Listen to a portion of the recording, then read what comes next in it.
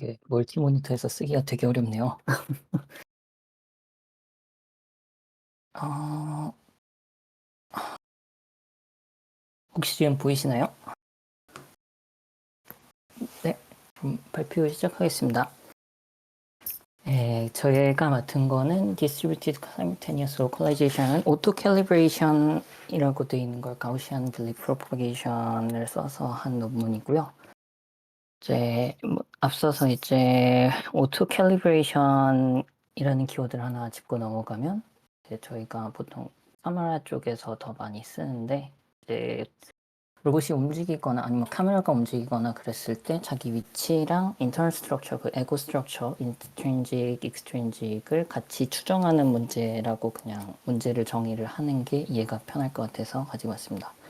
이 논문에서는 이제 카메라라는 거에 한정하지 않고 뭐 레인지 베어링 센서라고 어떻게 보면 약간 가상의 센서를 사용을 하는데 일반적으로 슬램에서 많이 쓰는 그 메저먼트죠. 그래서 그 정도에서 이제 그렇게 되면 intrinsic parameter라고는 뭐 레인징에 대한 perturbation이나 베어링에 대한 perturbation 이 정도밖에 없으니까 일단은 extrinsic 부분 센서와 바디 사이만 고려를 하는 형태로 모델링을 했다는 거를 참고로 넘어가면 되겠습니다.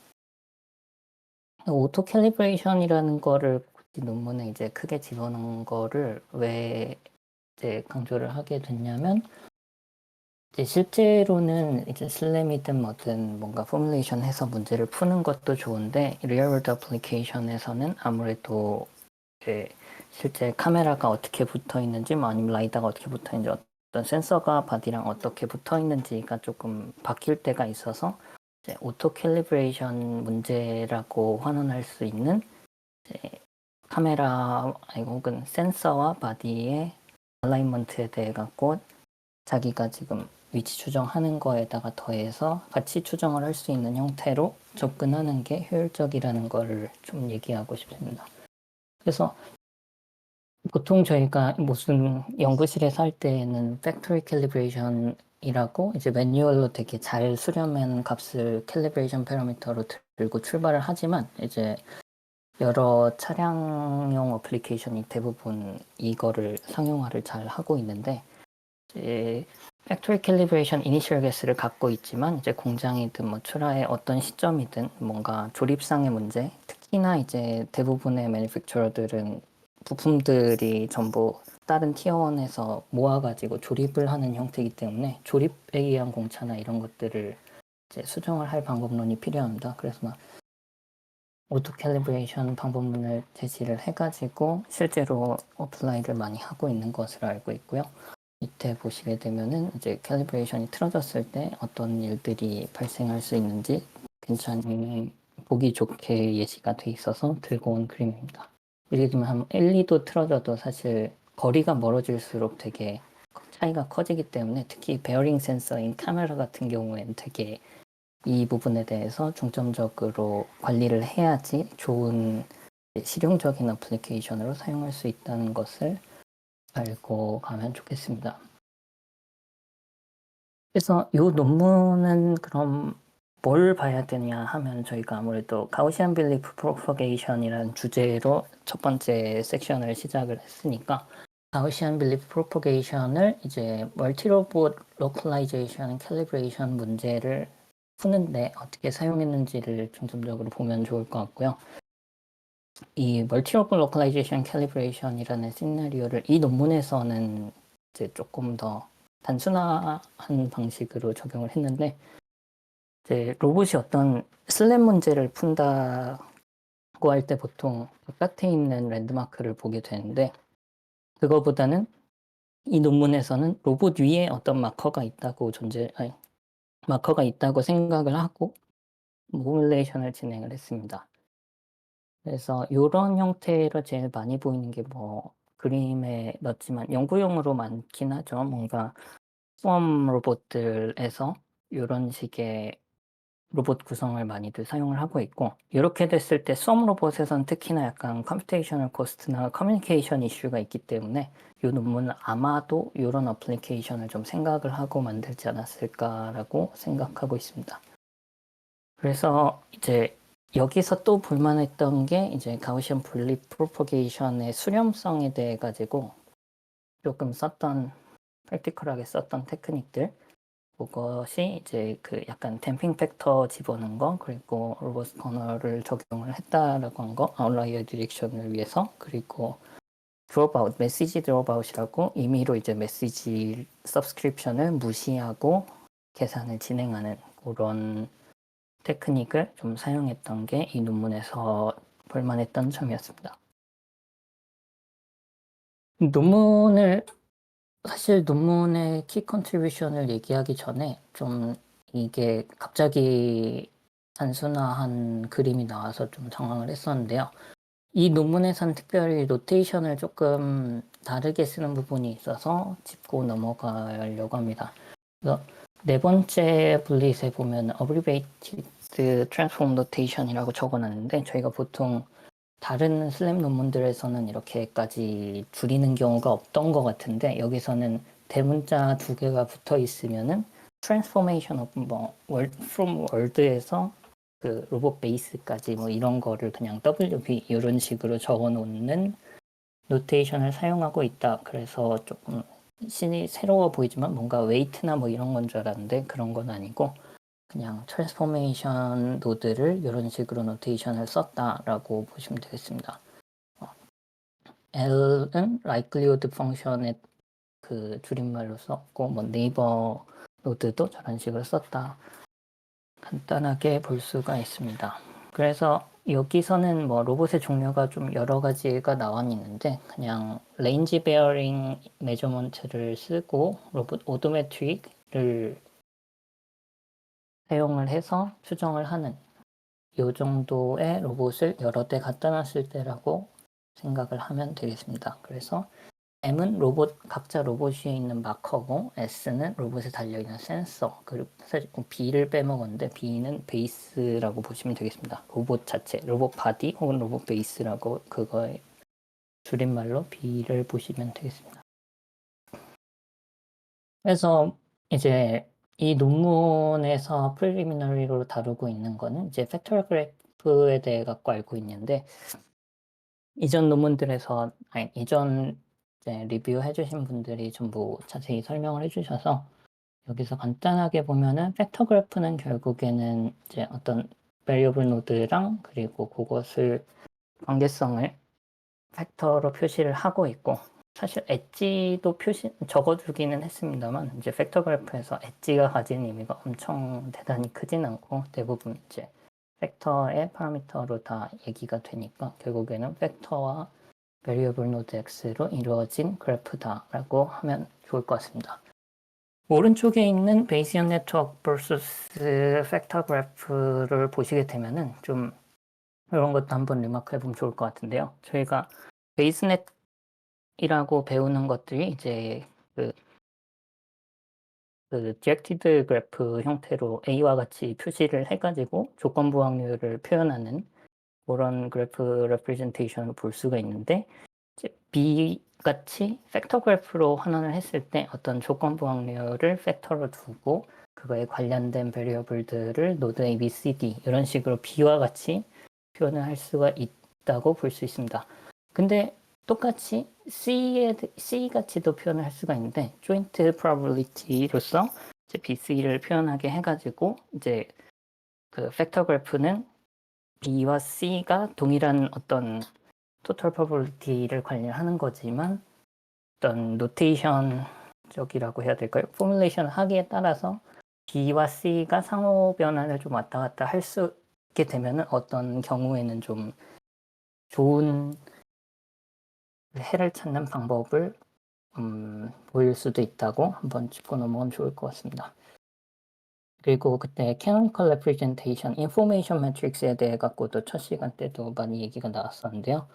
결국에는 그때도 잘 설명해 주셨지만 그 어떤 코베리언스 대신에 인버스된 인포메이션 매트릭스를 사용한 레프레젠테이션이라는 게 사실 여기 핵심이라고 생각하고 있고요. 오른쪽에 있는 것처럼 코베리언스 스테이트를 나타내는 것보다 인포메이션을 사용함으로써 몇 가지 좀 테크닉을 스파르시티를 이용한 테크닉들을 좀 쓸 수 있다는 것도 꽤 리마커블한 것 같고 요 그림은 이제 그 세바스찬 트론의 그 스파르스 익스텐디드 인포메이션 필터 쪽에서 발췌한 그림이고 거기서도 마찬가지로 이제 약간 멀티 로봇 시나리오에서 콜라보레이티드 슬램에서 이 SEIF를 사용을 할 수 있다 뭐 이런 식으로 갔었으니까 그 인포메이션 필터의 스파르시티를 좀 응용을 하는 여러 가지 방법론들이 있고 그런 걸 쓸 때 캐노니컬 레프레젠테이션이 좀 유용하다라는 것도 한번 같이 가면 좋을 것 같습니다. 가우시안 빌리프 프로파게이션도 여기에서 많이 다뤘으니까 크게 다룰 건 없겠지만 확실히 설명이 가장 잘 되어 있는 거는 이제 데이비슨 교수님의 GitHub 페이지인 가우시안 BF GitHub.io에 있는 인터랙티브 example인 것 같고요. 그다음에 뭐 메시지 패싱이랑 빌리프 업데이트에 대해 갖고 잘 이해를 하고 있고 그리고 이제 리지바디 모션에 대해 갖고 리그룹 특히 스페이셜 오소고널 그룹이랑 스페이셜 유클리디언 그룹 그리고 리그룹과 리알지브라의 로그 매핑이랑 익스포넨셜 매핑에 대해 갖고 어느 정도 알고 있다고 가정을 하고 출발을 하면 될 것 같습니다. 사실 논문 자체는 이렇게 앞서 장황하게 했지만 그 논문에서 주장하고 있는 건 굉장히 단순하게도 이제 GBP의 그 로컬리티 좀 GBP가 메시지 패싱으로 이루어지면서 그 네이버 노드들에서 주는 팩터들만 고려하면 된다는 이런 로컬리티를 갖고 있기 때문에 결국에 어떤 그 큰 글로벌 팩터 그래프를 다루는 문제가 좀 분산된 분산된 형태로 좀 국소 팩터 그래프를 각자 푸는 형태로 치환해도 동시에 문제다라고 얘기를 할 수 있다는 거를 제안을 한 거고 그걸 포뮬레이션 한 거고 이제 마커하고 센서하고 관계를 사실 나타내고 싶으면 나타냈을 수도 있을 것 같은데 이들이 주장을 하기로는 이제 마커 센서 트랜스포메이션을 월드 코디네이트에다가 정의한 어떤 노드를 집어넣어서 그거랑 베이스 링크랑의 관계를 캘리브레이션 팩터라고 정의를 해가지고 이제 인터로버 커뮤니케이션 요 레인지 베어링에 대한 메저먼트가 알파 로봇에서 본 메저먼트, 베타 로봇에서 본 메저먼트 요거를 전부 한 팩터로 관리를 하는 대신에 좀 쪼개가지고 이제 센서와 알파의 마커와 그 베타의 센서 간의 그 레인지 베어링 팩터 그리고 캘리브레이션 팩터 두 개로 쪼개가지고 관리를 하면은 이제 연산이 반으로 줄겠다, 리듀싱 됐다라는 게 이 논문의 뭐 메인 프로포설입니다. 컨트리뷰션이라기보다는 이런 식으로 구성을 하면 멀티 로봇 로컬라이제이션은 오토 캘리브레이션을 잘 수행을 할 수 있다라고 하는 게 주장입니다. 그래서 레인지 베어링 팩터라고 돼 있는 것도 좀 슬램에서 항상 쉽게 다루는 문제인데 거창하게 스페이셜 오소고널 그룹 2라고는 돼 있지만 저거 그냥 그 레인지 거리 값이랑 그냥 그 스피리컬 코디네이트 상에서 그 미경도 정도라고 보시면 되겠습니다. 그래서 스테이트 자체는 간단하게 거리 그리고 방향 위도 경도 한 요 정도로만 이해를 하시면 좋을 것 같고요. 라이클리우드도 마찬가지로 저기 마름모에 그어져 있는 게 리브라켓 같은 거라고 보시면 되는데 접할 거 없게 그냥 여기에 대해서 그 리지바디 트랜스포메이션, 인버스 트랜스포메이션 하는 거를 이런 식으로 표현을 했다라고 보시면 되겠습니다. 그래서 레인지 베어링 메저먼트의 GSM 알파 베타가 알파의 센서가 베타의 마커를 보게 된 거가 이제 트랜스포메이션 그 오도메트릭 트랜스포메이션 관계랑 이 마커가 그거에 의해서 있어야 될 위치를 가상의 메저먼트로 치환한 거를 이제 빼가지고 구한 레지듀얼을 라이클리우드로 사용한다라고 보시면 될 것 같고요. 로봇 오도메트릭 팩터도 뭐 스페셜 유클리디언 그룹 3라고 돼 있지만 우리 잘 아는 이제 트랜슬레이션 3개, 로테이션 3개, 로테이션 3개를 3x3 매트릭스로 오소고널 매트릭스로 표현한 거 그거를 그냥 간단하게 얘기를 하는 거고, 오도메트리 라이클리후드도 위에서 설명한 거랑 마찬가지로 대신에 이게 좀 이제 트랜스포메이션 관계로 바로 표현이 되기 때문에 동그란 형태로 연산자가 정의되어 있는데, 이거는 우리가 잘 아는 인버스 트랜스포메이션, 호모지니어스 코디네이트에서 인버스 트랜스포메이션이라고 보시면 되겠습니다. 캘리브레이션 팩터라고도 해놓긴 했는데 실제로 뭐 엄청 그 캐머라 캘리브레이션 팩터처럼 복잡하게 돼 있는 건 아니고, 그 마커가 이제 그 자기 바디에서 얼마나 떨어져 있고 어떻게 회전돼 있는지 요거를 나타내는 그 트랜스포메이션 매트릭스라고 보시면 될 것 같습니다.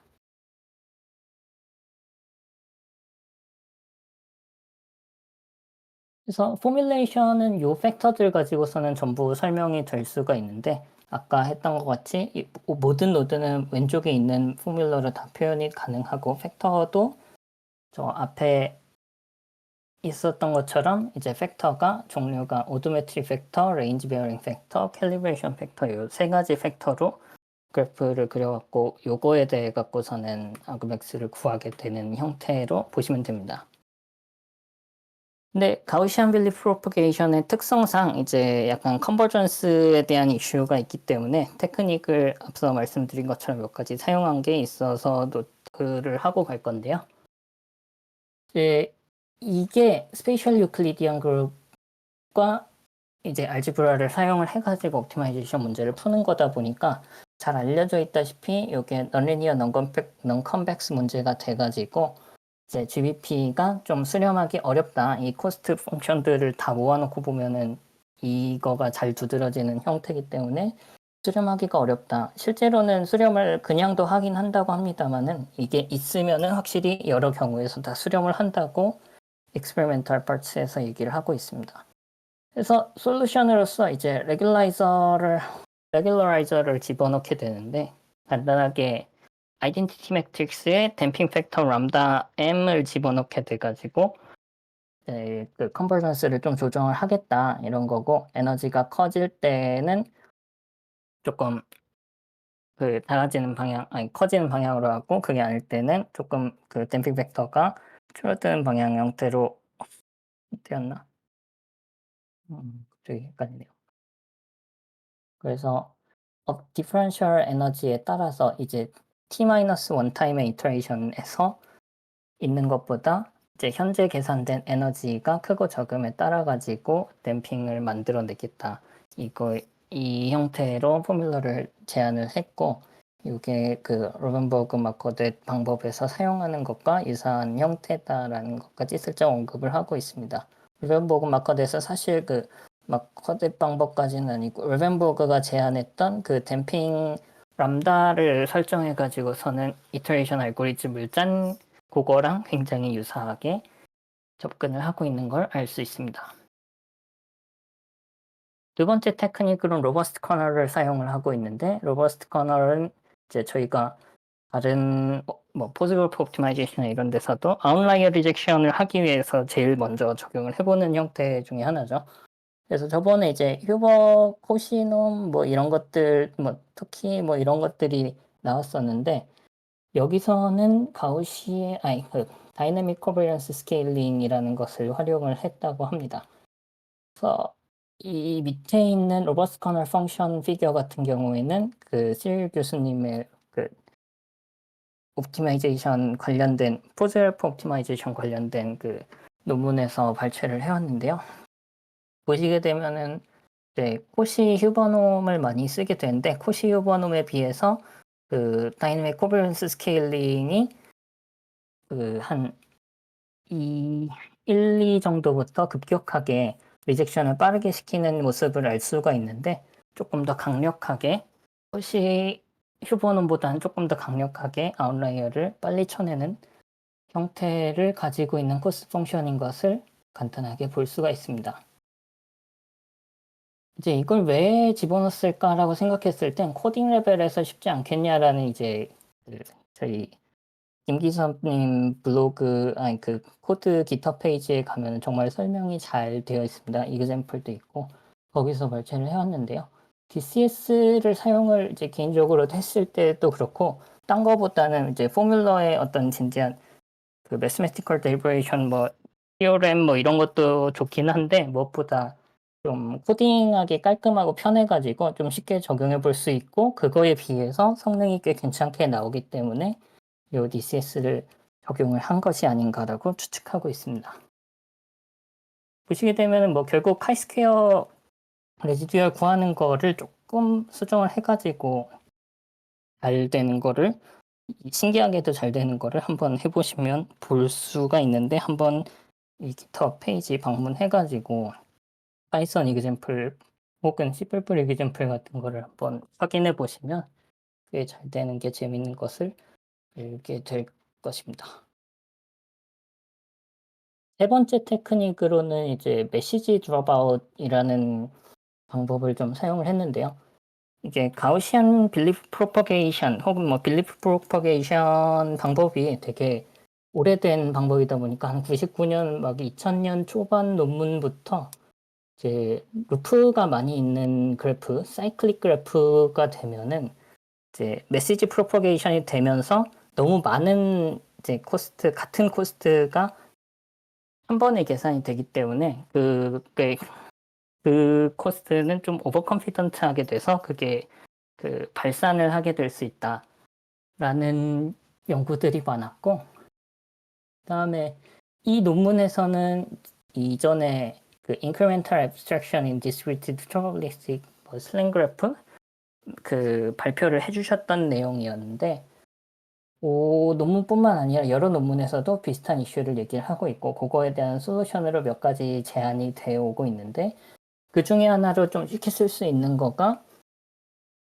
메시지 드롭아웃, 메시지를 인위적으로 사용하지 않는 형태로 접근하는 거가 있었고, 여기서는 30% 정도 인터널, 익스터널 랜덤하게 뽑아가지고 이제 사용하지 않는, 계산에 사용하지 않는 전략으로 해가지고 결국엔 수렴성을 좀 높였다, 이런 식으로 되어 있는데, 아무래도 뭐 러닝 쪽에서 하는 드롭아웃도 유사하게 갈 것 같고, 뭐 스토캐스틱 그레디언트 디센트 방법도 그렇고 좀 여러 가지 이런 옵티마이제이션 테크닉들이랑 유사한 부분이 있는 거를 노트하고 가면 좋을 것 같습니다. 옆에 있는 뭐 조그마한 텍스트는 이제 그 퓨처 매핑 2에 있는 언급인데, 비슷하게 이제 ISM2에서도 베이스 트리 만들어가지고 스패닝 트리에서 되는 거 안 되는 거 비슷한 포뮬러를 하곤 있을 것 같은데, 그거에 대해서는 한번 저도 더 깊게 찾아볼 필요는 있을 것 같아서 그 퓨처 매핑 2에서도 비슷한 언급이 있었다는 거를 노트하기 위해서 접어두고 넘어가겠습니다. 그래서 여러 가지 이런 테크닉을 해가지고 옵티마이저를 돌렸더니 결과가 이제 LM 솔버만큼 나왔다라고는 하는데, 이제 보시게 되면은 N 숫자, 로봇 숫자가 많아질수록 수렴성도 좀 더 좋아지고, 루프가 많더라도 어쨌든 데이터 양이 많은 게 좋은 결과가 나온다라는 걸 얘기는 하고 있는데, 그 가우시안 빌리프 프로퍼게이션의 특성상 약간 컨버전스에 대한 보장이 안 되는 것도 있고 이렇기 때문에 사실 좀 많은 숫자 가지고 컨버전스를 보장을 할 수밖에 없다라는 게 약간 보여지는 대목이기도 합니다. 밑에 뭐 테이블에서는 LM with calibration, 뭐 hours with calibration, 요게 이제 저희가 앞에서 봤던 고 포뮬러를 사용한 거고, 이제 그거랑 대조군으로 캘리브레이션 사용하지 않았을 때 방법론이 조금 더 에러를 보인다라는 부분이 이 리절트에서 볼만한 부분이었고,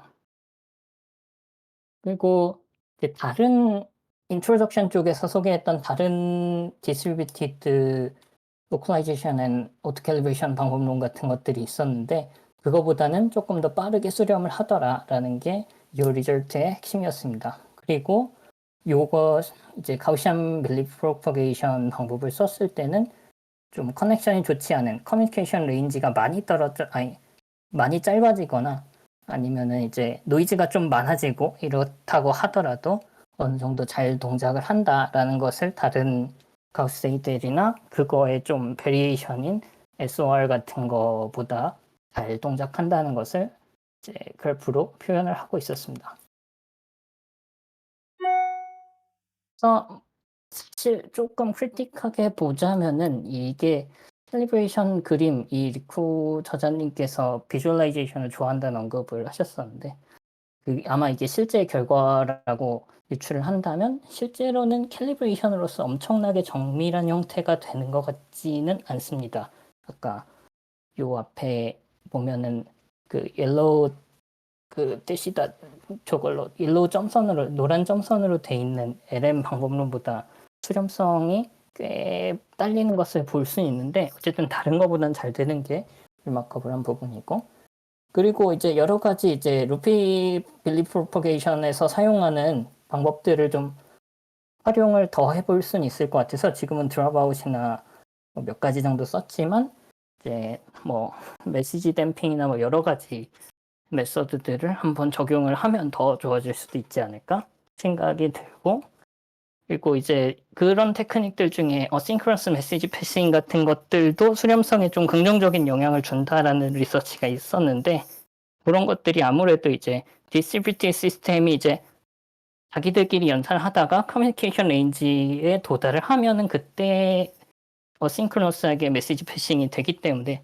자연스럽게 시스템 상에서 고려가 돼 있는 게 아닌가라는 노트를 한번 하고 그다음에 이게 리얼월드 벤치마킹이 하나가 있기는 한데 다른 이제 가우스에이들이나 이런 거 갖고 비교를 한 건 아니고 자체적으로 그냥 본인들 알고리즘에서 약간 뭐 오토 캐러미터 하고 뭐 오토 캘리브레이션 끄고 켜고 노이즈 끄고 켜고 요 정도만 했던 거라 좀 진짜 벤치마크 다른 거랑 벤치마크를 한 결과가 없어서 조금 아쉽다. 그리고 뭐 그런 거 치더라도 GBP를 좀 이런 재밌는 어플리케이션에 잘 녹여낸 솔루션인 것 같습니다. 그래서 사실 보다 보면은 이게 좀 GBP 자체를 재밌는 어플리케이션으로 쓴 것 같긴 한데 테크닉들이 아무래도 GBP의 뭐 수학적인 포뮬러 이런 거보다 약간 임피리컬 테크닉들이 많이 들어가는 거 봐서 차라리 이제 뭐 뉴럴넷 베이스에서 좀 솔티파이어블 방법론을 좀 찾는다든가 아니면 뭐 모르겠는 거를 여러 가지 뭐 모호한 부분들에 대해서 다른 그래프 파운데이션 모델들 같은 거를 조금 섞는 것도 재밌지 않을까라는 생각이 들었습니다. 논문 발표는 이 정도로 마치도록 하겠습니다. 질문 있으면 한번 질문 부탁드리겠습니다. 감사합니다.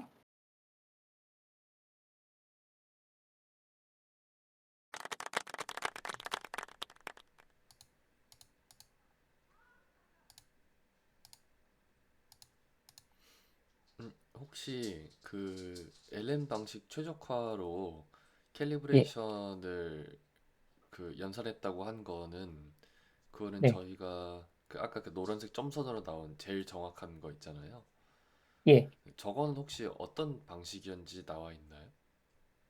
그냥 풀었다 보드 돼 있더라고요. 이거가 이제 디스트리뷰션 문제가 아니라 시뮬레이티드 환경에서 다 한 거라서 그 음, 센트럴라이즈드라고 가정을 하고 전체 그래프를 그 같은 코스트 가지고서는 넣었다고 하는데 뭐 솔버가 테세우스 정도다라고까지만 돼 있고 아마도 그 저 팩터 그래프 포뮬러를 똑같이 그 레지듀얼 넣고 솔버에다가 넣어갖고 나온 결과가 아닐까라고 생각하고 있습니다. 그 테세우스로도 그게 되는군요. 실제로. 그런가 봅니다.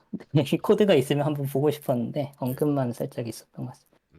네, 감사합니다. 한번 저자한테 한번 연락해봐갖고 테세우스 이게 코드 근데 이 한번 줘볼 수 있냐고 물어보고 싶네요. 네, 감사합니다. 테세우스가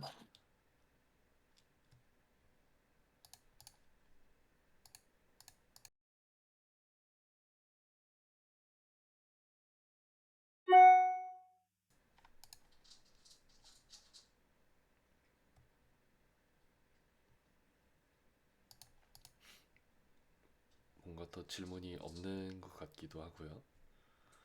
뭔가 네, 네, 저는 이거 논문 보면서 이거 익스트린식만 있었던 거고 인트린식까지 있었으면 진짜 진짜 좋았을 텐데라는 생각이 좀 들었습니다.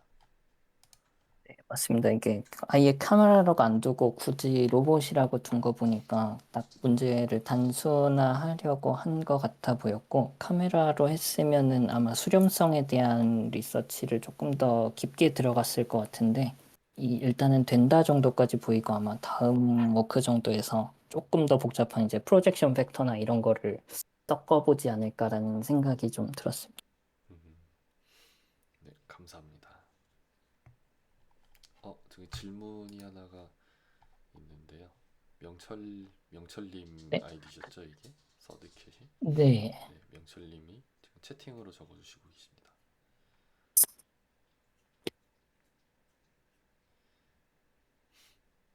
녹화 때문에 제가 이걸 직접 읽으면은 시뮬레이션 설정에 대해서는 언급을 안 하고 넘어갔는데요. 조금 대단하게 어렵게 하진 않고 그 위경도에 대해서 60도 정도까지 그리고 이제 그 레인징 에러는 5cm 그 베어링 에러는 5도 한 요 정도 같은 수준으로 했고 여기서 랜덤 워크를 적용을 한 게 속도에 대한 얘기가 있었는데 그냥 직진 1m 어떻게 언급을 하려다가 좀 너무 단순해서 안 하긴 했었어요.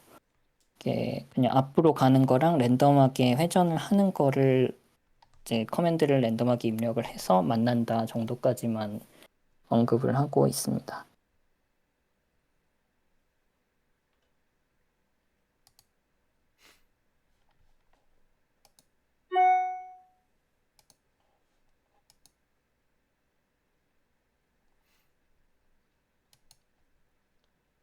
네, 네, 그러면은 그렇습니다. 일단은 모든 그 뒤에 맨 마지막 그래프 커뮤니케이션 레인지 파츠를 제외하고 나머지는 그냥 인피니트 레인지 커뮤니케이션으로 본 것 같아가지고요. 그래야 결과가 제일 잘 나오는 거 보니까 아마 제일 관심 있으실 것 같은 거는 맨 마지막 레인지인 것 같습니다.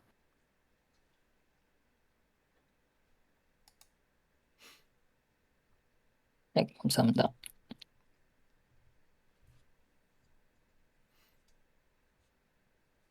네, 그러면은 더 질문이 없으시면은 오늘은 여기서 마치도록 하겠습니다. 우선은 네, 녹화를 중지하고요.